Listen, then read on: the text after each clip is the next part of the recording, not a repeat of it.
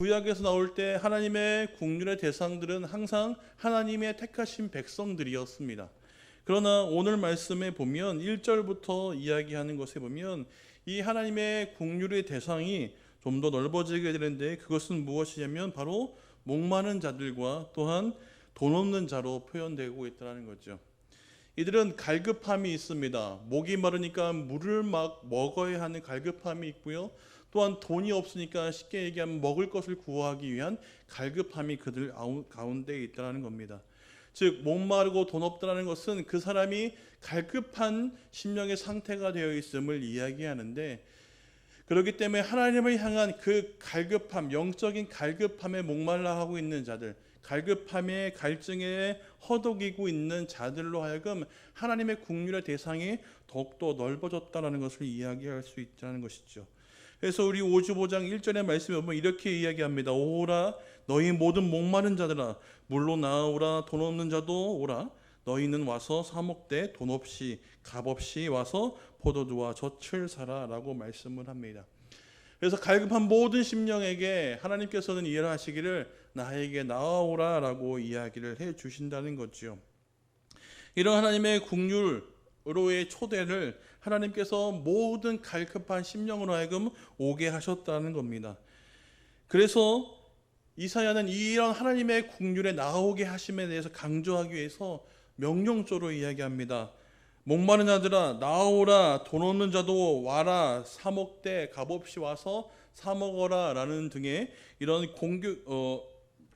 명령조역인 형태를 띠고 이야기를 해주고 있다는 것이죠.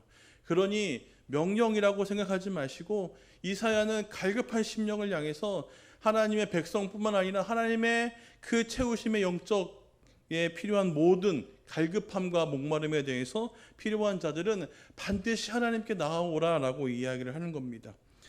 여기서 이야기하는 목마름, 그리고 이 돈 없는 자, 그가 와서 사 먹되 값없이 또한 돈 없이 와서 사 먹으라 라고 이야기를 합니다. 이 말씀에 관하여서는 우리가 이 앞절의 말씀인 이사야서 44장의 말씀을 좀 살펴봐야 되는데, 간단히 이야기하자면 이렇습니다. 44장의 이야기는 이스라엘의 패망의 이유에 대해서 이야기를 하고 있으면서 또한 그 가운데 이 이스라엘에 향한 그 우상 숭배에 관해서 이야기를 해줍니다.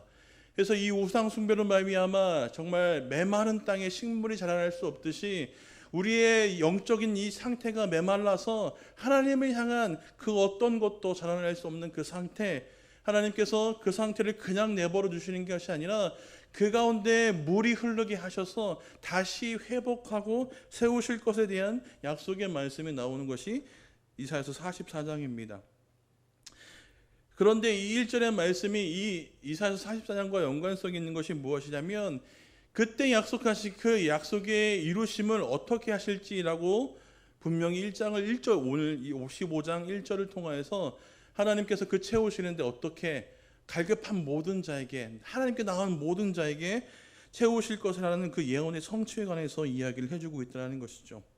잘못된 선택으로 인하여서 영적인 메마름 상태에 놓여있던 그들에게 살아갈 수 있는 그 채우심을 통하여서 하나님은 그 메마른 백성들에게 다시 한번 풍족하고 그리고 주의 은혜 가운데 충분히 그 갈증을 해소할 수 있게 초청해 나오라고 말씀을 해 주시는 겁니다. 그러면서 이전의 말씀에 보면 우리 굉장히 약한 부분 그리고 예민한 부분을 찌르게 되는데, 그것은 무엇이냐면 너희가 어찌하여 양식 아닌 것을 위해 은을 달아주며 배부르게 하지 못할 것을 위하여 수고하느냐라고 말씀을 합니다. 이것은 그냥 단순히 잘못된 준비와 우리의 삶을 통하여서 우리가 채우지 못한 어떤 양식에 있지 않습니다. 이것은 영적인 상태를 이야기하는데, 결국 우리가 충족될 수 있는 그 하나님의 은혜, 이 하나님의 국률하심을 받음을 통하여서 우리가 만족함을 느낄 수 있는 그것을 우리가 알고 있음에도 불구하고 너희는 그것을 충족시키지 못한 상태에 대해서 왜 그것을 바라고 또 그것을 채우기 위해서 잘못된 것을 선택해서 그것에 대한 노력을 열심히 하느냐라는 부분을 이야기해 주고 있다는 것이죠. 이는 영적인 부유함을 값없이 얻을 수 있는데 어찌 우리는 충족시키지 못하는 것을 위해서 고생하고 있느냐라고 이야기를 해주고 있다는 것이죠.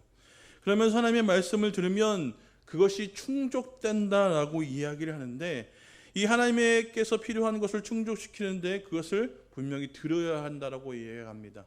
그냥 들어야 한다라고 이야기하지 않고, 이전의 말씀에 살펴보면 뭐라고 하면 내게 듣고 들어야 한다라고 이야기합니다.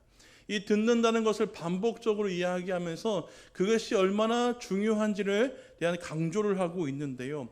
이 듣다라는 이 단어는 성경에서 주로 순종하다라는 뜻으로도 사용되기도 합니다. 그럼 결국 무엇입니까? 하나님의 말씀을 순종하라라는 것을 이야기해주고 있다는 것이죠.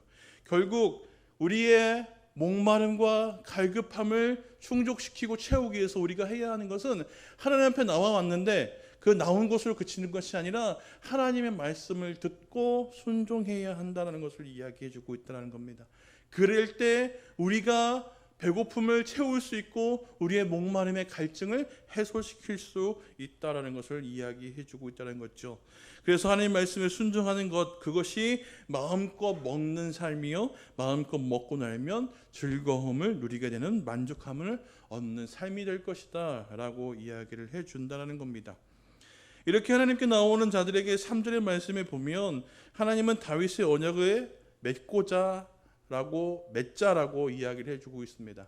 하나님의 국률이 필요해서 그 국률을 갈급하여 나온 자, 그리고 하나님의 말씀을 그래서 따르는 자, 그 자들에게 하나님께서 뭐라고 얘기하냐면, 너가 나와 언약을 맺는데 이 언약이 무슨 언약이냐면 다윗의 언약을 맺자라고 이야기합니다.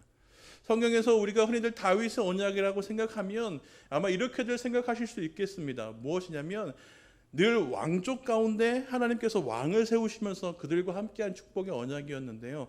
내가 나를 섬기고 계속해서 내가 너에게 명령한 것들을 지켜 행한다면 계속해서 그 왕위가 이어질 것이고 그 가운데 계속해서 너와 함께하며 너에게 필요한 모든 것들을 지키시고 돌보시고 채우신다라는 이 축복의 말씀들입니다. 그러나 여기서 이야기하는 이 다윗의 언약은 그 언약을 이야기하고 있지 않습니다. 이것은 무엇이냐면 다윗을 통하여서 예언된 이 언약의 말씀인데요. 그것은 무엇이냐면 바로 이 땅에 오실 예수님에 관한 말씀이었습니다. 하나님께서는 다윗을 통하여서 이 땅에 메시아를 보내줄 것이고 그 메시아가 이 땅에 와서 고난을 받고 심지어는 목숨까지 잃는 상태에 놓여 있지만 그가 결국은 다시 부활하셔서 이 땅을 다스리시고 통치하실 것이다 라는 이 예언의 말씀을 그에게 약속하셨습니다. 즉 이스라엘 백성 뿐만 아니라 갈급하여 하나님의 국률을 구하는 그 모든 자들에게 이와 같이 다윗의 언약으로 말미암아 너희와 함께 언약을 맺을 것이다 라고 이야기하는 것의 의미는 그 다윗의 언약이 갖고 있는 그 의미도 담고 있지만 이 상태에 놓여 있는 이스라엘 백성들을 향한 그 언약도 있습니다. 당시 이스라엘 백성들은 나라가 멸망한 상태는 아니었습니다. 그러나 이 말씀이 선포될 때 이제 어떤 멸망할 것과 그리고 그 가운데 다시 회복할 것에 관한 이야기를 해주고 있는데 너희가 멸망하여서 이방에 괴게 되고 포로로 종으로 끌려가게 됐을 때 그 가운데서도 너희가 기억해야 할 것은 그 다윗의 언약을 기억해야 할 것이다. 내가 너희에게 메시아 즉 구원자를 보내서 다시 그로 하여금 회복하고 다시 세울 것이라는 이 언약을 너희가 기억하였으면 좋겠다라는 말씀을 통하여서 다시 한번 이 다윗의 언약이 언급되고 있다는 것입니다. 그래서 기억하고 떠올림을 통하여서 하나님의 그 은혜의 언약들이 계속해서 이어져 갔으면 하는 하나님의 마음이 담겨져 있다는 것이죠.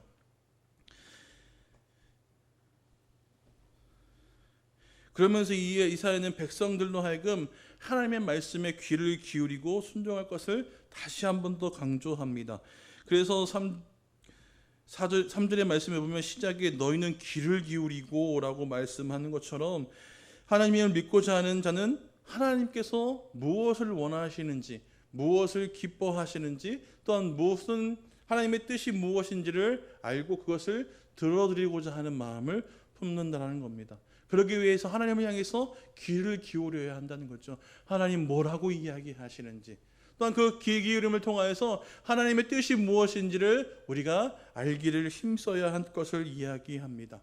즉 하나님의 국률을 받기 위해서 우리가 해야 하는 조건은 하나님께 나아오는 것 또 하나님의 말씀을 순종하는 것, 또한 그 가운데 하나님의 뜻들을 알기 위해서, 순종하기 위해서 귀를 기울여야 한다는 것을 이야기합니다. 하나님의 말씀에 순종하는 자들에게는 두 가지의 축복이 약속됩니다. 너희의 영혼이 살 것이다 라고 말씀해 주시고, 또한 너희의 영원한 언약을 맺을 것이다 라는 이 약속, 즉 하나님의 말씀에 귀 기울여서 그 말씀을 순종하게 되면 너희의 영혼이 살 것이다. 예전에 메말라 있던, 그리고 늘 갈급한 심령하며 고통스럽게 있던 그 영혼들이 다시 살아날 것과 뿐만 아니라 그 사람 가운데 하나님의 언약을 말미암아 이 풍족의 삶, 즉 만족의 삶을 계속해서 살아갈 수 있는 하나님의 언약이 우리에게 새겨질 것이라는 것을 이야기해 주고 있다는 거죠. 이처럼 우리에게 허락하신 그 하나님의 언약을 붙잡기 위해서 우리가 하나님 앞에 나아가 하나님을 붙잡아야 된다라고 이야기를 합니다. 그래서 오늘 우리 읽었던 본문의 6절 말씀에 보면 이렇게 얘기합니다. 6절 말씀 함께 읽어보겠습니다. 너희는 여호와를 만날 만할 때에 찾으라. 가까이 계실 때에 그를 부르라. 아멘. 하나님께 나와 하나님께서 만나주시고자 한 그때 하나님을 찾고 그때 하나님을 부르라. 왜냐하면 너희에게 가까이 계시고 너희가 다시 나아오기를, 너희가 다시 살아나기를 하나님께서 원하시고 있기 때문에 그때를 놓치지 말라는 겁니다. 하나님께서 이스라엘을 다시 회복하시겠다라고 하셨을 때 그 회복의 약속은 이거였습니다. 우상을 버리고 다시 나에게 집중하고 내 말을 따라 내가 너에게 약속한 그 모든 것을 지켜 행하라. 그러면 다시 이전과 같이 하나님의 은혜 가운데, 하나님의 돌보심 가운데, 하나님의 긍휼 가운데 살아갈 수 있겠다는 것이 하나님의 약속이었습니다.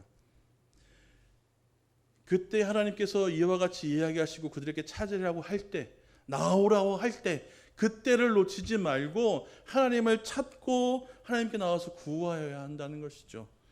그럴 때 하나님께서 그것을 통하여서 분명 우리에게 은혜해 주신다는 겁니다. 그런데 그냥 이렇게 부르짖고만 있으라고 얘기하는 것이 아니라 이 부르짖음, 하나님의 찾음, 그것에 대한 확실한 것이 있어야 된다고 이야기하는데, 그래서 7절의 말씀을 이렇게 이야기합니다. 악인은 그의 길을 불의한 자는 그의 생각을 버리고 여호와께 돌아오라. 그리하면 그가 긍휼히 여기시리라. 우리 하나님께로 돌아오라. 그가 너를 너그럽게 용서하리라. 아멘. 하나님을 찾고 구할 때 우리가 해야 하는 것은 악한 자는 그 길에서, 또한 불의한 자는 그 생각에서 떠나와야 한다는 거죠. 즉 하나님의 긍휼하심이, 그 하나님의 그 은혜가 정말 갈급하여서 하나님을 찾고자 하는 자, 하나님께 나와서 그래서 하나님의 말씀을 듣고 그 뜻대로 삶을 살아가려고 하는 자, 그 자들이 취해야 하는 것은 우선 비워내야 한다는 거죠. 내가 하나님의 그 은혜를 받아들일 수 없게 있는 그 상태를 깨끗이 지워버리고 씻어내야 한다는 겁니다. 그러기 위해서 악한 자는 그 길에서 떠나서 하나님이 원하시는 그 선의 길로, 또한 불의한 자는 그 불의한 생각을 떨쳐버리고 이제는 하나님께서 원하시는 그 의롭고 선한 생각들을 해야 한다는 것을 이야기합니다. 그때 하나님의 긍휼하심이 우리 가운데 임하게 된다라고 이야기를 해준다는 것이죠.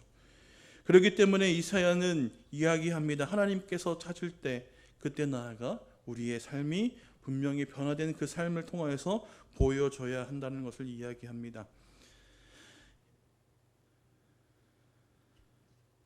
그렇기 때문에 우리가 그런 하나님의 긍휼하심을 통해서 은혜를 받고 은혜를 누리는 삶을 살아가려면 결국 하나님께 나와 하나님의 그 부르심에 응답하고 하나님을 찾고 불러야만 가능하다라고 이야기를 해주고 있습니다. 여호와를 찾고 주를 부르는 것은 결국 아까 이야기했던 것처럼 우리의 삶의 변화가 분명히 있어야 한다는 것을 이야기합니다. 그렇게 되었을 때 이 7절 후반절처럼 하나님께서 긍휼히 여기시는데 그저 그래 너 불쌍해 라고 끝나는 것이 아니라 정말 모든 것을 감싸 안는 어머니 품안처럼 우리를 품어주시면서 긍휼하게 여겨주신다는 겁니다. 어머니의 사랑처럼 우리에게 그 사랑을 베풀어 주신다는 거죠. 그것을 통해서 용서하신다라고 이야기합니다. 생각해 보십시오. 하나님께서 용서하신다고 하는데 사람의 입장으로 생각해 보십시오. 이스라엘이 이와 같이 하나님께 벌을 받게 되었던 이유는 정말 상상도 할 수 없는, 인간의 입장으로서는 정말 용서받을 수 없는 일들을 행한 것입니다. 그럼에도 불구하고 하나님께서는 그를 용서해 주신다라고 이야기를 하고 있다는 것이죠. 이렇게 용서할 때 우리가 해야 하는 것은 무엇이냐면 계속해서 하나님의 뜻을 찾고 구하는 일들을 해 나가야 한다는 겁니다. 이렇게 하나님께서 우리를 용서하실 수 있는 이유는 인간의 생각으로는 짐작할 수도 없고 감히 어떻게 생각해 볼 수도 없는 그 하나님과 우리와의 차이를 이 8절과 9절을 통해서 이야기해 주고 있는데, 어떤 차이냐면 하늘과 땅 차이라고 이야기를 해주고 있습니다. 하나님께서 하시는 생각과 그 길이 우리가 생각하는 그 생각과 그 길과는 전혀 다르다. 그래서 하나님의 위대하심과 하나님께서 하시고자 하는 그 모든 일들이 인간의 생각으로서, 인간의 짐작으로서 감히 겨누어보지 못할 것들이다라는 것을 이야기합니다. 왜냐하면 우리의 삶은 하나님을, 예수님을 닮아가는 삶을 살아가야 합니다. 그 뜻과 그분이 원하시는 것이 무엇인가라는 것을 알기 원하는 것은 그분이 원하는 삶, 그분이 살아가는 삶을 닮아가려 하는 데 있다는 거죠. 그런데 우리가 자칫 잘못하면 실수를 범하는 것이 무엇이냐면 계속해서 내가 열심히 기도한다고, 열심히 신앙생활을 한다고, 하나님의 말씀을 계속해서 읽는다고 해서 내가 생각하는 것이 하나님의 생각과 같을 것이야 라는 생각으로 자칫 잘못을 저지를 수 있다는 겁니다. 그렇기 때문에 이사야는 콕 집어서 이야기합니다. 이렇게 인간의 생각과 하나님의 차이가 너무나 깊기 때문에 우리가 감히 이것의 모든 행동, 내게 주어진 모든 것들, 그리고 하나님께서 베풀고자 하는 그 모든 것들은 우리가 할 수 없는 것임을 분명히 이야기해 주며, 또한 이와 같이 하나님께서 앞에서 베풀어 주시겠다고 하는 것들, 그 긍휼, 그 은혜, 그 언약들이 분명히 우리가 신뢰할 수 있는 그 하나님의 위대하심을 보여주고 있다는 것이죠. 이 하나님의 그 말씀이 이루어지심에 대해서 또한 비유하여서 이야기하는데 10절의 말씀에 보면 이와 같이 이야기합니다. 이는 비와 눈이 하늘로부터 내려서 그리로 되돌아가지 아니하고 땅을 적셔서 소출이 나게 하며 싹이 나게 하며 파종하는 자에게 종자를 주며 먹는 자에게 양식을 줌과 같이라고 이야기합니다. 이 얘기는 무엇이냐면 비가 내리면 그 비가 양분이 되어서 양식을 자라게 해서 그 양식을 심은 농부에게 그 양식의 곡식을 얻을 수 있게 하듯이, 하나님의 말씀이 비같이 우리 가운데 내리게 되면 그 말씀이 온전히 이루어지기까지 다시 사라지거나 하지 않는다는 거죠. 하나님의 말씀이 선포되면 그 말씀이 반드시 이루어짐을 통하여서 다시 수증기가 되어서 비가 하늘로 올라가듯이 또와 같이 하늘로 올라오게 될 것이라는 것에 대한 이야기를 통하여서 하나님의 말씀이 반드시 이루어짐에 대한 그 이야기를 해주고 있다는 겁니다. 특히 이 비는 생명과 연관이 되어 있습니다. 그렇기 때문에 단순히 이 비는 말씀을 이야기하는 것이 아니라 정말 하나님의 말씀이 비로 비유되어 있고 그 비유가 우리 땅에 떨어져서 생명과 모든 것에 연관되는 것처럼 그것을 이어서 하나님의 사랑을 계속해서 하나님의 말씀이 이루어지는 것을 대해서 이야기를 해주고 있다는 겁니다. 이렇게 하나님의 말씀이 반드시 이루어짐을 통하여서 우리가 처음 제목이 시작했던 하나님이 주신 긍휼의 증거를 어떠하게 나타나게 되냐면 이제 그 사람의 거하는 거처, 그뿐만 아니라 그 사람의 삶도 바뀌게 된다는 겁니다. 그래서 12절 13절의 말씀에 보면 이렇게 이야기하는데, 너희는 기쁨으로 나아가며 평안히 인도함을 받을 것이요 산들과 언덕들이 너희 앞에서 노래를 바라고 들의 모든 나무가 손뼉칠 것이며 잣나무가 가시나무를 대신할 것이요 대신하여 나며 화석류는 찔레를 대신하여 날 것이라. 이것이 여호와의 기념이 되며 영영한 표징이 되어 끊어지지 아니하리라. 아멘. 하나님께 나와 하나님의 그 긍휼을 받고 그 긍휼하심을 통하여서 어떠한 일들이 일어나면 그 국률하심을 받은 하나님의 백성이 나아가는 길에 모든 들과 산들이 노래하며 축하해 준다는 것입니다. 그리고 그 길이 이전에는 가시나무와 그리고 찔레와 같은 이 고난의 삶의 인생 가운데 보잘것없는 그런 땅이었지만, 이제는 그가 나아가는 길을 하나님께서 여기 성경에는 잣나무로 얘기하는데, 또한 이것에 대해서 전나무로 표현되는 것이 있습니다. 그런데 어떤 학자들은 이 전나무라고 표현되는 것이 더 높은데, 왜냐하면 잣나무보다는 이 전나무가 잎이 풍성하고 굉장히 높게 자란다라고 합니다. 결국 이 잣나무와 서석류라고 대신하는 것은 무엇이냐면, 그의 인생의 앞길을 하나님께서 곧게 하시며 풍성하게 하실 것에 대한 의미를 담고 있다는 거죠. 결국 하나님의 국률하심을 받고 그의 말씀의 뜻에 따라서 그 삶을 살아가고자 하는 사람에게는 하나님께서 그 앞길을 형통케 하시고 그를 높이시는 말미암아 정말 기쁨의 길을 갈 수 있게 해주시고, 뿐만 아니라 그 삶의 모든 변화를 통하여서 정말 풍성하게 인도해 주시는 것을 우리가 기념으로 삼을 수 있다는 겁니다. 그러니 정리해 보면 하나님께서 주신 국률의 증거들은 여기에 모인 하나님을 믿는 모든 백성들이라는 거죠. 우리 서로가 하나님의 베푸신 국률의 증거입니다. 우리의 이전의 삶이 변화됐고 하나님의 국률하신 가운데 그 사랑을 나누며 그 사랑을 보이며 그 사랑을 누리며 나타내며 살아갈 수 있는 것, 그것이 우리에게 주어진 하나님의 국률의 증거들이라는 거죠. 결국 우리가 해야 하는 것은 우리가 서로를 통하여서 하나님께서 국률을 더하셨구나 하는 것을 증명해 보일 수 있는 삶을 살아가야 한다는 겁니다.